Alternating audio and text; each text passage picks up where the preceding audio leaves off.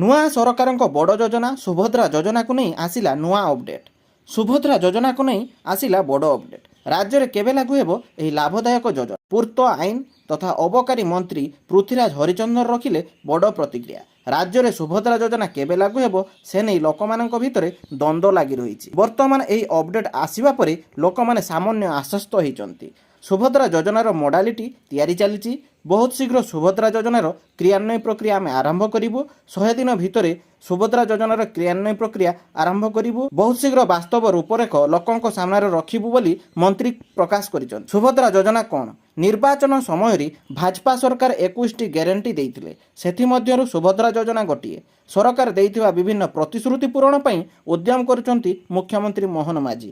ମହିଳାମାନଙ୍କୁ ଆର୍ଥିକ ଦୃଷ୍ଟିରୁ ସଶକ୍ତିକରଣ ଓ ସେମାନଙ୍କୁ ଆର୍ଥିକ ସହାୟତା ଯୋଗାଇ ଦେବା ପାଇଁ ରାଜ୍ୟ ସରକାର ଘୋଷଣା କରିଥିବା ଏକ ନୂତନ ଯୋଜନା ହେଉଛି ସୁଭଦ୍ରା ଯୋଜନା। ଏହି ଯୋଜନାରେ ରାଜ୍ୟର ପ୍ରତ୍ୟେକ ମହିଳାଙ୍କୁ 50,000 ଟଙ୍କାର ଭାଉଚର ଯୋଗାଇ ଦିଆଯିବ, ଯାହାକୁ ସେମାନେ 2 ବର୍ଷ ମଧ୍ୟରେ ସେମାନେ ଖର୍ଚ୍ଚ କରିପାରିବେ। କେଉଁମାନେ ସୁଭଦ୍ରା ଯୋଜନାରେ ଆବେଦନ ପାଇଁ ଯୋଗ୍ୟ? ସୁଭଦ୍ରା ଯୋଜନା ପାଇଁ ଆବେଦନ କରୁଥିବା ମହିଳା ଓଡ଼ିଶାର ମୂଳ ବାସିନ୍ଦା ହୋଇଥିବା ଆବଶ୍ୟକ।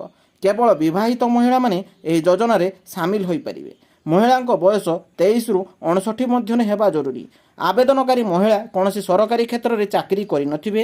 ଅଙ୍ଗନବାଡ଼ି କର୍ମୀଙ୍କ ମଧ୍ୟ ଏହି ଯୋଜନା ପାଇଁ ଆବେଦନ କରିପାରିବେ। ସୁଭଦ୍ରା ଯୋଜନାରେ ଆବେଦନ ପାଇଁ କେଉଁ ଡକୁମେଣ୍ଟ ଆବଶ୍ୟକ? ଆଧାର କାର୍ଡ଼, ବ୍ୟାଙ୍କ ଆକାଉଣ୍ଟ, ଆୟ ପ୍ରମାଣପତ୍ର, ଠିକଣା ପ୍ରମାଣପତ୍ର, ବୟସ ପ୍ରମାଣପତ୍ର, ବିବାହ ପ୍ରମାଣପତ୍ର, mobile number, passport photo, ration card. ତେବେ ଏହି ଯୋଜନାରେ କିପରି ଆବେଦନ କରାଯିବ? ସରକାରଙ୍କ ପକ୍ଷରୁ ଏପର୍ଯ୍ୟନ୍ତ ବିଧି ଭାବେ ନୋଟିଫିକେସନ୍ ଆସିନାହିଁ।